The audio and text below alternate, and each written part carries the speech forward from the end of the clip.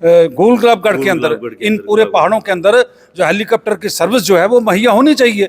अगर सरकार ने नहीं की है तो इसमें सरकार को सोचना चाहिए कि ये लोग भी इंसान हैं। जो जिस पार्टी ने पूरे देश में हुक्मरानी की हो, पूरे देश में राज किया हो, आज उसको जम्मू में एक सीट नहीं मिली, रजौरी की एक सीट मिली है, वो भी नेशनल कॉन्फ्रेंस की सपोर्ट से मिली है।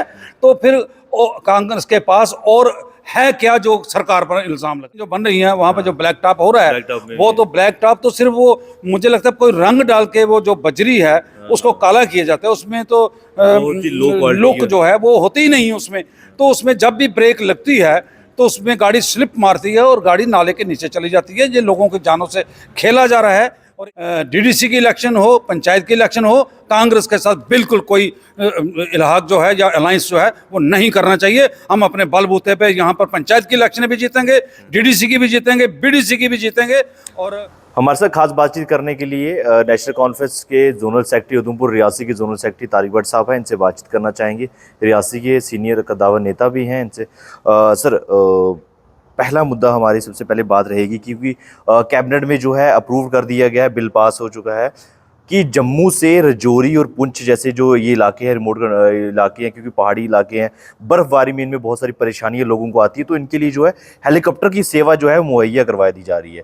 तो किश्तवाड़ भी हो रहा है, रजौरी भी हो रहा है, डोडा भी है, इसमें रियासी को छोड़कर रजौरी है, पुंछ है, रियासी में क्यों नहीं ये सेवा दी जा रही है? इस पर आपका क्या कहना है? देखिए मुदस्सिर जी, आपका कहना बिल्कुल वजह है कि मैं ये समझता हूँ कि रियासी डिस्ट्रिक्ट को हर लिहाज पर नज़रअंदाज किया जाता है। कोई भी बात जो होती है रियासी के लिए, उसके लिए जद्दोजहद करनी पड़ती है, उसके लिए लड़ना पड़ता है। ये रियासी को मुझे लगता है कि या तो ये हिंदुस्तान का हिस्सा ही नहीं समझते हैं। पुंछ रजौरी जो इलाका है, बहुत बड़े पहाड़ वहाँ पर भी हैं।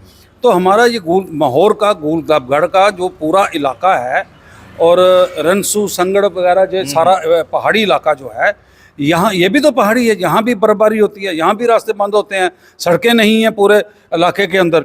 और छोटी छोटी बीमारियों की वजह से लोग जो हैं वो अस्पतालों तक नहीं पहुँच सकते हैं। मुझे समझ नहीं आती है, या तो रियासी के अंदर लीडरशिप की कमज़ोरी की वजह है या जानबूझकर रियासी को नज़रअंदाज किया जाता है। अब क्या कमजोरी? अब तो मोहर में, गुलाबगढ़ में तो एनसी के ही एमएलए जो है वो बन चुके हैं, तो वो नज़र नहीं आ रहे। उन्होंने भी ये मुद्दा उठाना चाहिए था। वो कहाँ पे? अब तो उनकी पार्टी में है ना। अब ये देखिए, जहाँ तक माहौर के एमएलए साहब का ताल्लुक़ है, खुर्शीद साहब जो हैं वो अभी जो इतना उनको तजर्बा नहीं है, जो ईमानदारी की बात है। और वो एक बहुत ही अच्छे इंसान है और उनके साथ लोगों की जो नुमाइंदगी है वो कर रहे हैं, ऐसी कोई बात नहीं है। लेकिन आस्ता आस्ता उनको काम करने में अभी बहुत दुश्वारियाँ आएंगी, बड़ी दिक्कतें उनको रास्ते में आएंगी, लोगों की तरफ से भी और सरकार की तरफ से भी। तो मैं ये समझता हूँ कि उनको बोलना चाहिए, उनको आगे आना चाहिए। और ऐसी बात नहीं वो आएंगे।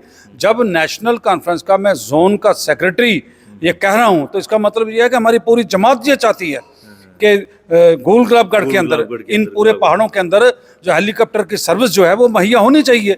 अगर सरकार ने नहीं की है तो इसमें सरकार को सोचना चाहिए कि ये लोग भी इंसान हैं और इनको भी जरूरत है। बहुत ज्यादा होते हैं रियासी के गुलाबगढ़ में, एक्सीडेंट, साना में इतने एक्सीडेंट हो रहे हैं, और वहाँ पर जो है आपको लगता है हेलीकॉप्टर सेवा की बहुत ज़्यादा ज़रूरत है।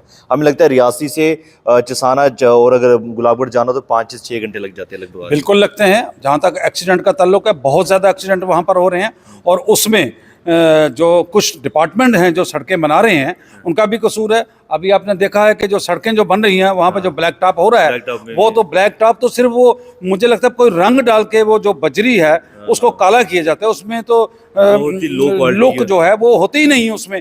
तो उसमें जब भी ब्रेक लगती है तो उसमें गाड़ी स्लिप मारती है और गाड़ी नाले के नीचे चली जाती है। ये लोगों की जानों से खेला जा रहा है और इसमें सरकार को हरकत में आना चाहिए। और डिस्ट्रिक्ट एडमिनिस्ट्रेशन जो है, मैं उनसे ये कहना चाहता हूँ कि ये उनका काम भी बनता है। डिस्ट्रिक्ट एडमिनिस्ट्रेशन जो है ये उनका वो नुमाइंदगी करे यह ऐसा हो चुका है कि जो ड्यूटी कमिश्नर पूर्व थे विशेषपाल महाजन के जाने के बाद जो है अब कोई भी, सबको ये लगता है कि अब हमें कोई खतरा नहीं है, 2 नंबरी के काम या लो क्वालिटी के वर्क जो वो किए जा रहे हैं, आपको लगता नहीं, बात ऐसी नहीं है। देखिए, जिन लोगों के मुंह को खून लगा हुआ है, वो कोई भी डिप्टी कमिश्नर आए, वो उनको खून जो लगा हुआ है, वो उनको जो उसका स्वाद पड़ चुका है, वो अपनी हरकतों से बाज नहीं आएंगे। अलबत्ता बात यह है कि अब डिप्टी कमिश्नर साहिबा जो यहाँ पर आई हैं बड़ी अच्छी हैं, और अभी तो उनको मुझे लगता है कि हफ्ता 8 दिन ही अभी यहाँ पर आए हुए हैं। अभी तो उनको यहाँ रियासी टाउन के कितने वार्ड हैं उनका भी इल्म नहीं होगा, आस्ता आस्ता उनको पता चल जाएगा। तो IAS अफसर हैं, उनका काम करने का अपना एक अंदाज होगा। जहाँ तक पहले डिप्टी कमिश्नर साहब थे, वो तो हर गांव में हर गली में पहुंचते थे, वो भी यहाँ उन्होंने काम किया है। लेकिन कुछ लोग ऐसे हैं, अब जुर्म करना तो से तो बहुत लोग बाज नहीं आते। हालांकि जब कोई कत्ल करता है तो उसकी फांसी की सज़ा होती है, जब कोई 376 करता है उसमें फांसी की सज़ा होती है, या और कोई जुर्म होता है जिसमें 10-10 साल 15-15 साल की सज़ा होती है, लेकिन जुर्म तो फिर भी हो रहे हैं, ये भी लोगों को पता है।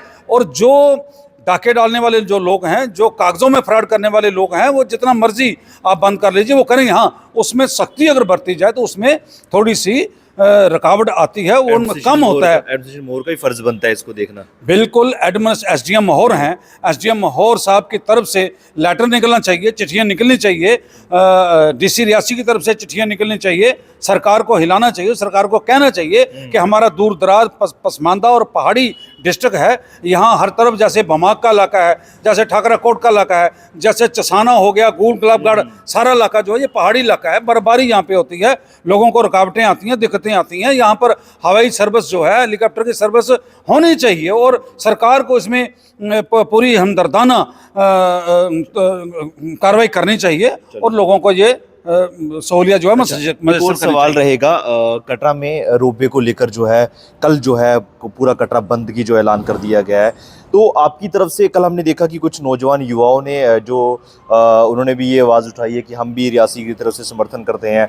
आपकी तरफ से क्या कुछ समर्थन रहेगा? आप लोग वहाँ नज़र नहीं आ रहे हैं, या आपको बुलाया जाना चाहिए वहाँ पर? किसकी लीडरशिप चल रही है कटरा में, कटरा रोपवे को लेकर? क्या देखिए, बात यह है, कटरा का जो मसला है, कटरा के अंदर जो हमारी तंजीम है, जो हमारा एक ब्लॉक यूनिट है, वो पूरे का पूरा उस एजिटेशन में शामिल है।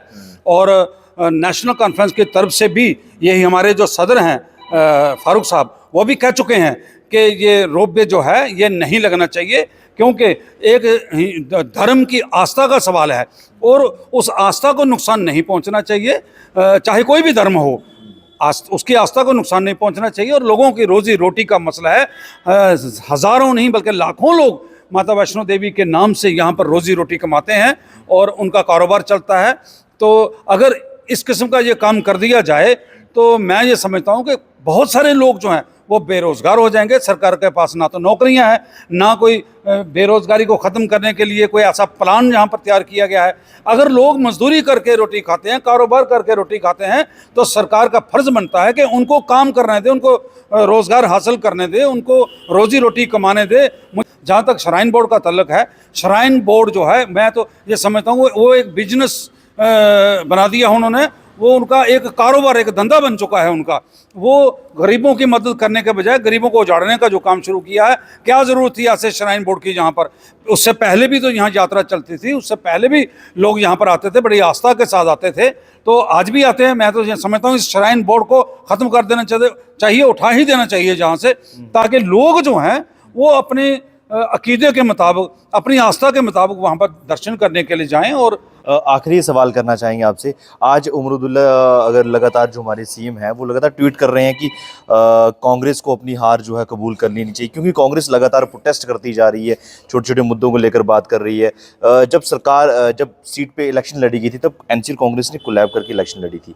आज ऐसी क्या वजूहात बन चुके हैं कि कांग्रेस और एनसी में ऐसी दरार दिखती नजर आ रही है? देखिए, ये बहुत बड़ी बात है। जहाँ उमर साहब और फारूक साहब इन्वॉल्व हों, वहाँ मैं कुछ कहूँ तो ये कोई बात जचती नहीं है। हाँ, इतनी ज़रूर है कि कांग्रेस का सफाया हो चुका है। अब जब जिस पार्टी ने पूरे देश में हुक्मरानी की हो, पूरे देश में राज किया हो, आज उसको जम्मू में एक सीट नहीं मिली, रजौरी की एक सीट मिली है, वो भी नेशनल कॉन्फ्रेंस की सपोर्ट से मिली है, तो फिर कांग्रेस के पास और है क्या जो सरकार पर इल्ज़ाम लगाए? मसला आज वो ये कहते हैं कि वहाँ पर ये हो गया कि मशीनों ने गड़बड़ी की, तो और तो इनके पास है नहीं। अगर वो ये कहें, उनको अपनी हार मान लेनी चाहिए। उनको ये देखना चाहिए कि कांग्रेस की कारकर्दगी जो थी वो ज़ीरो रही है, वो लोगों के तय पूरा नहीं उतरे हैं, लोगों की उमंगों पर, लोगों की ज़रूरतों पर, लोगों के मसाइल हल करने में नाकाम रही है और धड़ेबंदी का शिकार हो चुकी है। इसलिए लोगों ने उनको वोट नहीं दिए हैं। तो आज वो यही कहेंगे कि नहीं जी ये सरकार ने गड़बड़ी की है। उन्होंने ये भी कहा है कि जो सही सीटें थी, जहाँ पे लगता था कि सीट निकल सकती है, वहाँ पे एनसी ने वो सीट जो है अपने खेमे में रखी, और जहाँ पे उनको टफ लगता था वहाँ पे कांग्रेस। हम कटरा की सीट, हम रियासी की सीट निकाल सकते थे। हमने लड़ाई लड़ी, हमने फारूक साहब से लड़ाई की, हमने पार्टी हाईकमांड के साथ पूरा ये कहा कि ये सीटें हम निकाल लेंगे। अगर रियासी और कटरा की सीट नेशनल कॉन्फ्रेंस लड़ती तो 100% जो है हम यहाँ से जीतते। लेकिन कांग्रेस ने जिद की। कांग्रेस ने जब ये कहा नहीं जी हमने लेनी, तो फारूक साहब ने कहा चलो भाई अगर आप निकाल सकते तो ले लो, उन्होंने दे दी है। ये थोड़ी बात है। जब कश्मीर की जो सीटें उन्होंने मांगी है नेशनल कॉन्फ्रेंस ने छोड़ दी हैं। अब वो तो ये चाहते थे कि नहीं जी कश्मीर से भी उनको ही दे दो, यहाँ से भी उनको ही दे दो, तो बाकी कहाँ जाएंगे फिर। वो ये उनकी गलतफहमी है। कांग्रेस का हाथ में कुछ नहीं रहा है। कांग्रेस जो है वो निस्तो नबूद हो चुकी है जम्मू कश्मीर के अंदर, और अगर आज कहीं सांस ले रही है वो नेशनल कॉन्फ्रेंस की मेहरबानी से ले रही है। अगर आने वाली डीडीसी इलेक्शन में क्या देखते हैं आपकी, फिर से वैसे ही होगा जैसे पहले इलेक्शन लड़ा गया था एनसी और कांग्रेस? मैं तो ये समझता हूँ कि पार्टी हाई कमांड को ये मैं तजवीज़ पेश करना चाहता हूँ, अपना मशवरा देना चाहता हूँ कि डीडीसी की इलेक्शन हो, पंचायत की इलेक्शन हो, कांग्रेस के साथ बिल्कुल कोई इलाहाक जो है या अलायंस जो है वो नहीं करना चाहिए। हम अपने बलबूते पे यहाँ पर पंचायत की इलेक्शन भी जीतेंगे, डीडीसी की भी जीतेंगे, बीडीसी की भी जीतेंगे, और हमें किसी के साथ अलायंस करने की कोई ज़रूरत नहीं। बहुत बहुत शुक्रिया। Thank you. तो ये थे हमारे साथ zonal secretary Udhampur Reasi zone से तारिक भट्ट साहब, जिनसे हमने खास मुलाकात भी और बातचीत भी की कि रियासी जो है काफ़ी पिछड़ा इलाका भी है, बहुत दूर दराज के इलाके हैं, यहाँ पर जो है हवाई सेवा जो है वो शुरू होनी चाहिए। देखते रहे महबूद, जय हिंद, जय भारत।